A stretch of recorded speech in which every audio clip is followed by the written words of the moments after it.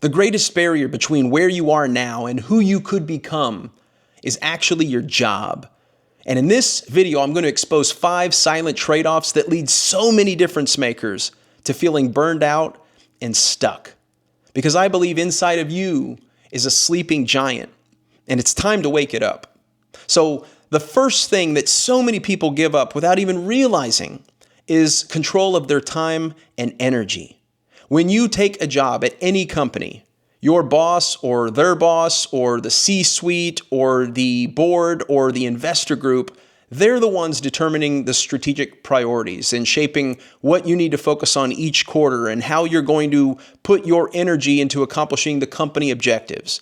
And that's not always a bad thing, but in many cases, if you have the vision, if you have the talent to make an even greater impact, they're taking that opportunity away from you and themselves and telling you where you're going to focus all of your effort, which is a shame because you might actually be able to do something even better. You just don't have any control over it. Now, on top of that, you're going to have an abundance of distractions. Emails, Slacks, multiple people who are asking you questions, who aren't prepared, who aren't doing the best they could be done, who aren't paying attention. And those people are going to suck the energy out of you. They're going to destroy your focus. And you're going to find yourself in meetings that shouldn't even be taking place. You're going to find yourself reporting to people who don't really even know what's going on. And you've got to keep them up to date. And you're going to have to fill all of these gaps that are essentially stemming from other people not taking things as seriously as you do. And that is going to pull you away from being the most productive version of yourself.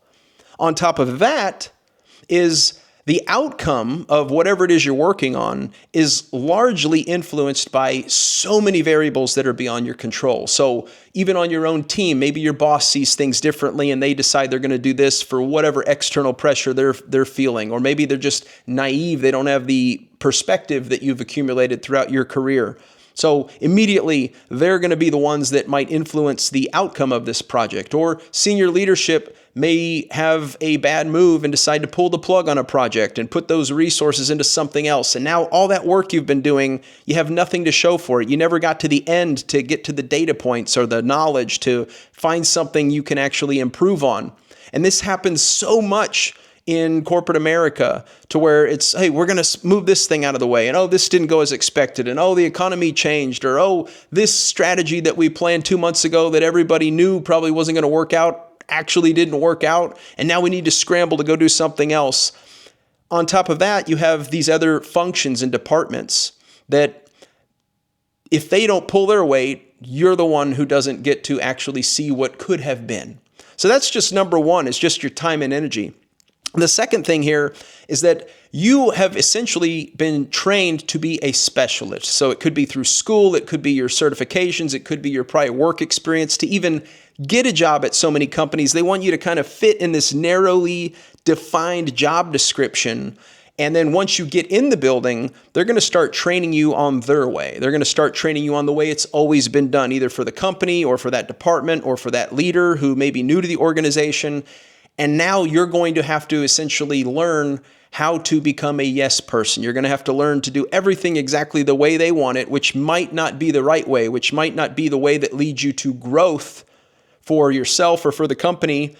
And on top of that, everybody's going to kind of have a siloed perspective. They're protecting the sales empire, the marketing empire, operations, finance, customer success. You've got all these people who want to do a good job, but they live in this bubble, and that bubble is a place where people are afraid to speak up and challenge the status quo for fear that they might be punished for it in most organizations. You also have groupthink, where we're going to do it this way, and nobody really questions anything. And questioning things and introspection and challenging the status quo is where people grow, and it's where they appreciate why things actually work. Without that, it's very difficult to grow. And so what happens is people essentially just keep recycling the same playbook over and over. And the sad part is that's happening within your team and your company, but it's also happening at the competition. So you have all these people who went and got trained and certified to think a certain way, to execute the same blueprint, and they get into a company and then everybody does the same thing on the team. And for decades, it's always been that way. it's very difficult to deliver results. It's very difficult to stand out. It's very difficult to differentiate and grow as a team, as an organization, and to become a market leader. And so that's incredibly limiting for you and for all that you could become, because you're kind of living inside this ecosystem that is resistant to change, and where even those who have innovative ideas are almost going to be hushed. And, we can't work on that now. Maybe someday, or maybe you can do that. You're never going to get a full chance to prove how different and how much better maybe your solution could be. And it's also very dangerous from a career advancement standpoint when you think and act like everybody else. How do you stand out to get a job? How do you stand out to get promotions? How do you really establish yourself as a true thought leader? Now, the next thing is that in most environments, and I would say that the few exceptions here are only temporary, where the founders that are in place have a really strong culture and it's in growth mode. But even then, eventually that founder takes on outside capital, or they want to invest in the next challenge and they start to move away. External people come in, the culture changes. And so in many, many cases, you're going to be in an environment, especially in growth mode, where there's reckless spending, where you're almost taught that you have to ask for a certain budget, and then you're going to make sure you go spend that budget, because otherwise you may not get that same budget next year. And so you have all kinds of spending on technologies that aren't really needed, because our competition, or to get to the next level, we think we need this technology. Instead, what we really need to do is focus on the things that actually create value for customers and employees. The next thing is that in addition to wasted spending that eventually comes back to bite you, is that you're going to have the investors putting pressure on leadership, who's then going to chase shortcuts. We got to hit this KPI to prove to them that we're making progress, or we got to have to cut this budget over here to make it look like we're financially healthier than we actually are. And all those things come at a cost, where maybe in the short term they look good, or the company looks better than it actually is performing. But in 6, 12 months, in 4 years, those are all going to come back to limit you, which is going to jeopardize your job, but it's also going to make it so much more difficult for you to actually deliver results and to actually grow and learn. You're just being pulled back in so many different directions that it's hard for you to become the very best version of yourself. And in so many of these cases, there is a blatant detachment between the founder that understood the customer, that understood the gaps in the market, and then basically built a solution for it. The bigger a company gets, the more people who are running the show, the further those people get away from that. And so they don't have that perspective, which is the most important perspective to have as a leader, is to understand your people and how you can better serve them. As a business, to understand your customers and how you can best serve them. Without these two things, when we're making decisions for other reasons, it's rarely, if ever, and when it does happen, purely luck, that it's actually going to put you and the team and the company in a better position. And so that is severely limiting your growth. The next thing is that, let's say you are really good at what you do. You've got a track record. You are a top performer on your team. You're never going to make what you're truly worth. And there's a few reasons for this. One is you are relying on a small group of gatekeepers, your boss, their boss, executive leadership. They're the ones who are determining how fast you get to move forward in your career. They're the ones determining if and when you get to take on more responsibility or try something different, and what that different thing might be. There's also a ton of competition. So simply the math of this is that there's multiple people you're competing against for fewer and fewer promotion opportunities the higher you go into an organization.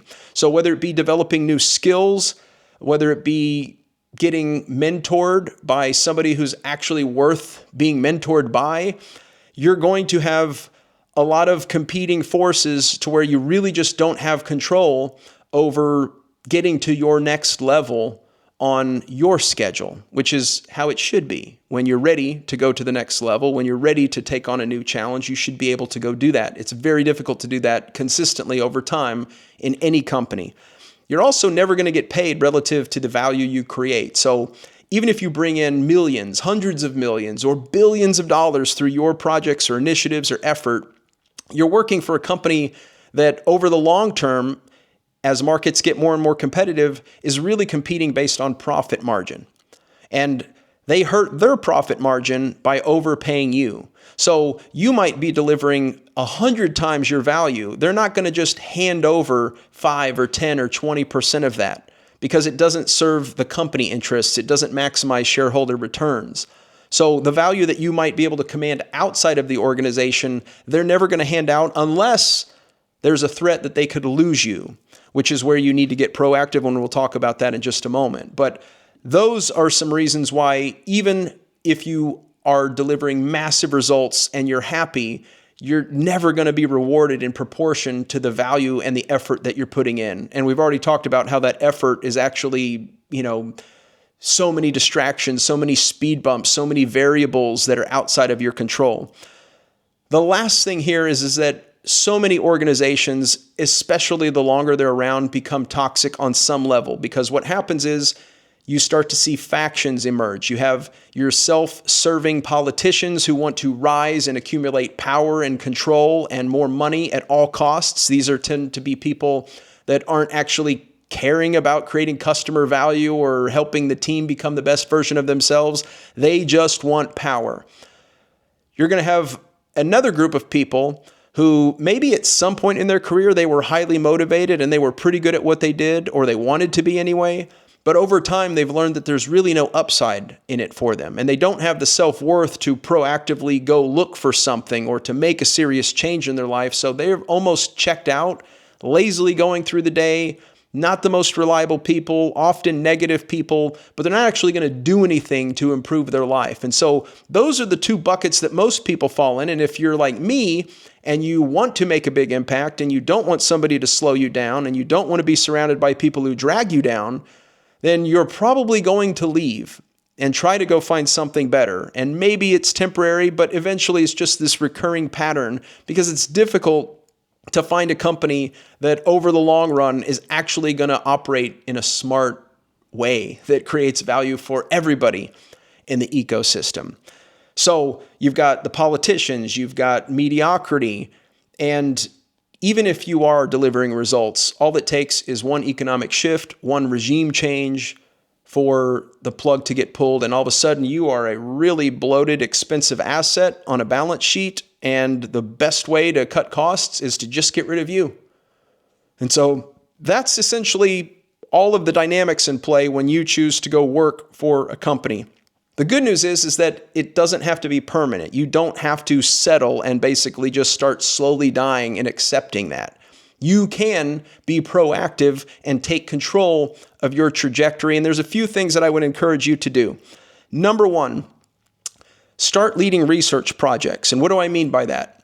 That means that go to leaders in other departments in your company. Go outside of your company to leaders in your industry that are in your function, or maybe even outside of it. Go to founders of startups and experiment across industries. And I want you to reach out to these people, and it may be a little uncomfortable, and you might even think, how could this possibly work? But when you reach out to somebody and you say, I've been doing this my whole life, but I'm really curious about this, and I'm really excited, and here's why. But the problem is, I don't know what I don't know. You seem to know a lot. I've been following your content, or your company has done this and that. I find that to be incredibly impressive. I would just love to pick your brain for like 15 minutes and understand how you got here, what makes you successful, and how do you view the world evolving as we move forward. And you'd be surprised, some of these founders and senior executives will not just give you 15 minutes, they'll give you an hour, and they might even take you to lunch. And so that's going to open up this new world of possibility for you. But what I want you to do is, whether you have a ton of expertise or whether you're early in your career and you're just hungry to learn and grow, is to ask them what their goals are and what their challenges are, and what's been working for them and what's costing them time, and what could they do? What problem do they want to get rid of so bad that if they could remove it, what would that free them up to do with that time? And what's that worth to them, right? So find out what their goals are, where they want to grow, and what's holding them back. And as you discover these things, if you're early in your career, then I want you to follow up with them and say, hey, I don't know how to do this, but that seems really exciting to me. And I'm really impressed by you and your leadership values. I'd love to work on this. Is there anything you could hand me, maybe just a few hours a week, that I could do? I don't mind even doing it for free, just for the experience and the opportunity to grow. If you have expertise, you might be able to identify some solutions that you've actually implemented before. And so you might follow up and say, hey, I really love the vision that you have. Your values resonate with me. And I think I might be able to help you. In fact, I've done this kind of thing 3 or 4 or 25 times throughout my career. And if you do this and this over the next 90 days, and here's kind of a high-level plan, then I believe these would be the results that you could get. Is that something you'd be interested in discussing? And in both cases, you can either create kind of an internship or a side job to develop skills and start building trust with another company and another business leader, or you could actually create freelance opportunities or consulting engagements or fractional executive opportunities that give you an additional source of income, or maybe even lead to another job offer that you can use as negotiation to not only make more money, but put yourself in the best position possible. The second thing is grow your brand. Start getting your voice out in public. If you're early in your career, share your journey, share what you don't know, share what you're learning through failure, share the conversations you're having with these people, mention that you're meeting with people, mention what you learned, mention how that's going to change how you approach things, mention some of the other things that you're doing to better yourself, and get that voice out there, because you're taking the same magic that would happen in step one, in those one-on-one conversations, and now you're getting in front of hundreds, if not thousands more people. If you have a lot of expertise and you can create a lot of value, you've got case studies, you've got client success, you can deconstruct, you can share how-to, you can share your journey, you can share what you're learning from the same conversations, and you can find ways to go elevate your brand and create awareness of your expertise and showcase it from different angles. And the more you do that, regardless of what end of that spectrum you're on, the better you become at communicating, the more confident you become, the more external opportunities you create, and you do it consistently. That's going to be your moat. That's going to be the thing that actually allows you to stand out from other people who maybe have similar skills. It's going to allow you to differentiate and say, hey, I get out of the bubble. I do these side projects. I've created this. I've done this value. You're going to build trust with more people. And some of those people might be the kind of people who could either create jobs for you or who could hire you, and all of a sudden you potentially have an additional income stream. The third thing is to monetize your expertise, to monetize those skills you're developing, or to monetize the expertise you already have by creating a course or a community or doing one-on-one coaching. You don't have to try to do it all at once, but you can build those things over time, especially if you're doing step 1 and step 2. Step 3 almost becomes natural. You're going to attract opportunities. You don't have to be the world's best to generate income by sharing your authentic perspective and experiences and a connection that I have with you, because maybe I just like your personality, or we both have this in common, or we share these values and your stories resonate with me, your journey inspires me. I want to come to you to improve at this particular skill. So these are things that you can do that start to put you in control of your trajectory. And I would encourage you to do those things, because life gets so much better when you start to invest your time in things that have maximum upside, where you control the amount of effort and energy, and you can remove the distractions, and you're in an environment where you can question things and you can get out of your bubble and go learn and solve more problems and create more value for people and have more control over the rewards you get when you start stacking all those things on top of each other. And that's where we all really want to be. And if you're the kind of person who's motivated for stuff like that, if you're driven and you're sick of feeling stuck and sick of getting burned out, consider subscribing to my channel, because that's exactly what I talk about through videos like this, but also in-depth breakdowns, weekly content to help you live a happier, healthier life and to grow on your terms. I hope you got a lot of value from this video. If you did, help a small creator out by liking, commenting, and be sure to subscribe. Thanks again for watching. I'll see you in the next video.